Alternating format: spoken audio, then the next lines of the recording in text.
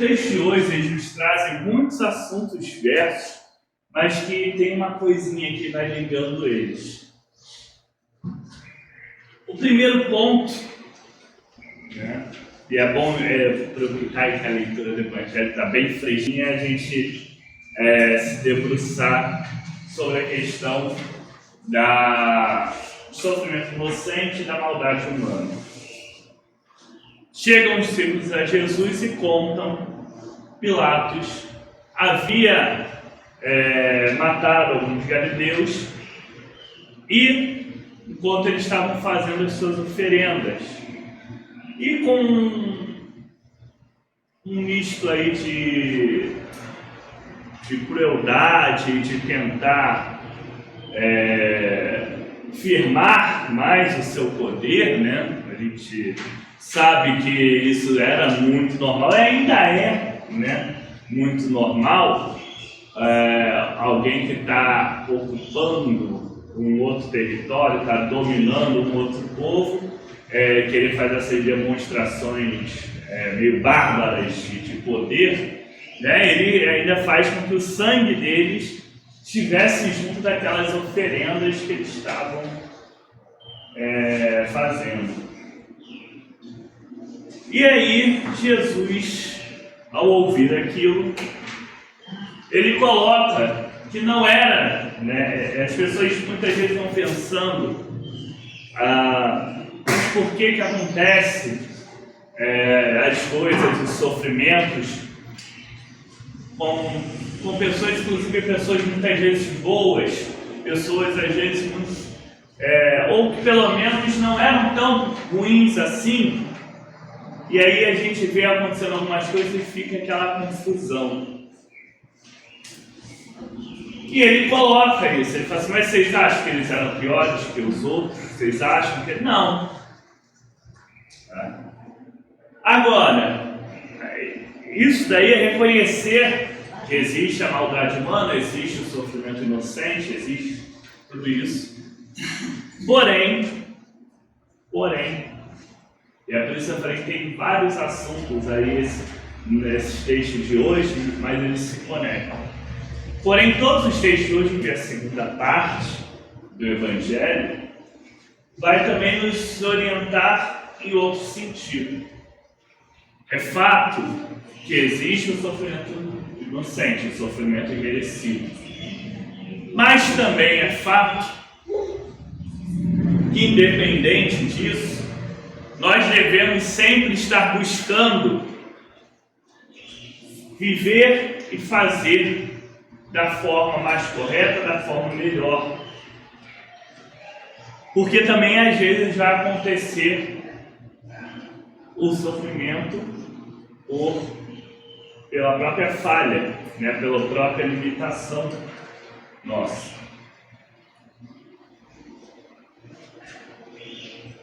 O apóstolo Paulo, ele vai falar um pouco disso.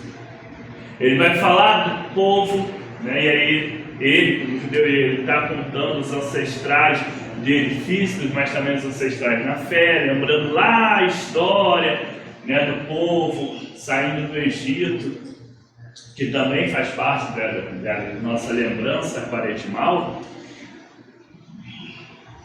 E ele fala, todo aquele povo todo, espiritual, partilhando mesmo com o céu, vendo e vivendo tudo aquilo que Deus fez, também vacilaram bastante, também andaram de uma forma ruim, de uma forma equivocada.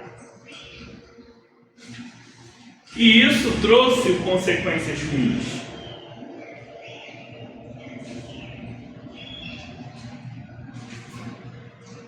Agora, independente disso, ter trazido coisas ruins, independente da gente ver que existe também o sofrimento inocente, e aí vem o momento em que a gente junta tudo e vai lá, tanto no Salmo quanto no Antigo Testamento, e um pouco também na carta de Paulo, a gente está falando um pouco da presença também constante de Deus ali.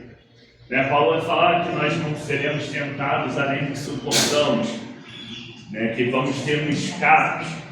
né? Sempre que para que possamos suportar.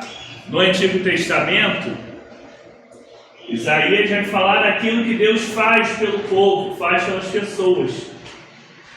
E vai mostrar, inclusive, a misericórdia de Deus muito além daquilo que a gente espera.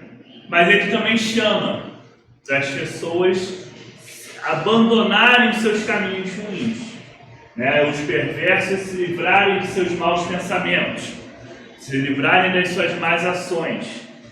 E principalmente, eu acho que é a parte-chave do texto de Isaías. Deus, Ele pensa muito além do que nós pensamos. O pensamento de Deus não é como o nosso, não é limitado como o nosso. Ele consegue enxergar muito mais além, muito mais profundo. Ele consegue enxergar de outra forma.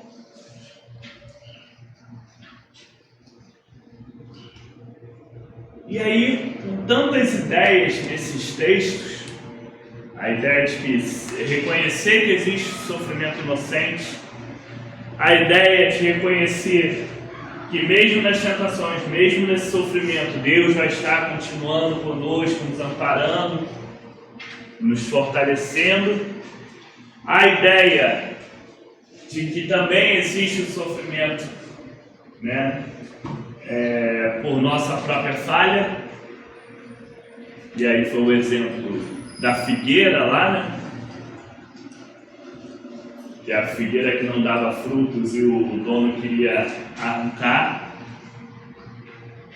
E também a ideia da necessidade de nós transformarmos o nosso ser, a nossa forma de viver, a nossa forma de pensar, para produzir frutos, como aquele funcionário do dono da figueira que fala: não derruba ela ainda não, vou adubá-la aqui, eu vou cuidar aqui, vamos ver se ela vai dar frutos ainda. Como a gente junta essas 4 ideias que permeiam e aparecem em todas as leituras de hoje, de uma forma ou de outra, com mais intensidade em uma ou outra.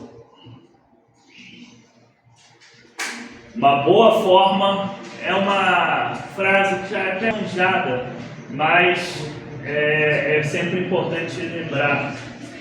Nós devemos confiar que tudo depende de Deus, mas devemos trabalhar como se tudo dependesse de nós. Nós devemos estar sempre entregando nossos caminhos, entregando nossa vida, entregando nossa forma de ser a Deus, reconhecer que Ele entende melhor até do que nós mesmos as nossas vidas, buscar a sua iluminação para sabermos qual é a forma correta, porque nosso pensamento é limitado, e ao mesmo tempo em que entregamos nossos caminhos a Ele, confiamos na Sua presença constante nele, somos inspirados por Ele a trabalhar cada vez mais, a vivenciar cada vez mais a nossa vida, né? A moldar ela de uma forma mais agradável a Ele, uma forma cada vez melhor, pois nós também precisamos gerar frutos. Precisamos trazer frutos divinos ao mundo. Nós somos chamados por Ele a participar dessa obra. Nós somos chamados por Ele a levar alguma coisa boa a esse mundo ao nosso redor.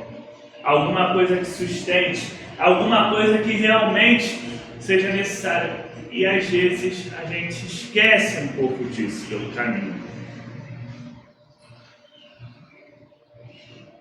Reforçar a nossa confiança em Deus, como nós temos sido chamados constantemente durante a Quaresma, né? Também é reforçar a confiança de que Ele está pronto a nos aceitar, nos perdoar, nos transformar. E de que a forma que Ele quer que sejamos e que vivamos não é por um mero capricho, mas realmente é uma forma que trará bons frutos na nossa vida, na vida das pessoas ao nosso redor. É isso que nós devemos buscar. Devemos buscar, ao longo desse deserto, que é o tema-chave que perpassa tanto, né, a Quaresma, né, até o Salmo de hoje fala da terra árida, do que vem de Deus. Nossa alma busca aquilo que vem de Deus. Em Deus nós percebemos realmente aquilo que nos falta. E se Ele nos a partilhar esse dom com outras pessoas, a levar ao próximo um pouco desse bem que nós recebemos dele. Que Deus permita cada vez mais que nós nos entreguemos a Ele, deixemos que as Suas mãos dirijam nosso destino e que possamos cada vez mais produzir bons frutos para todas as pessoas que nós encontramos, todas as pessoas que Ele coloca em nossas vidas. Deus nos fortaleça cada vez mais nessa nossa missão. Amém.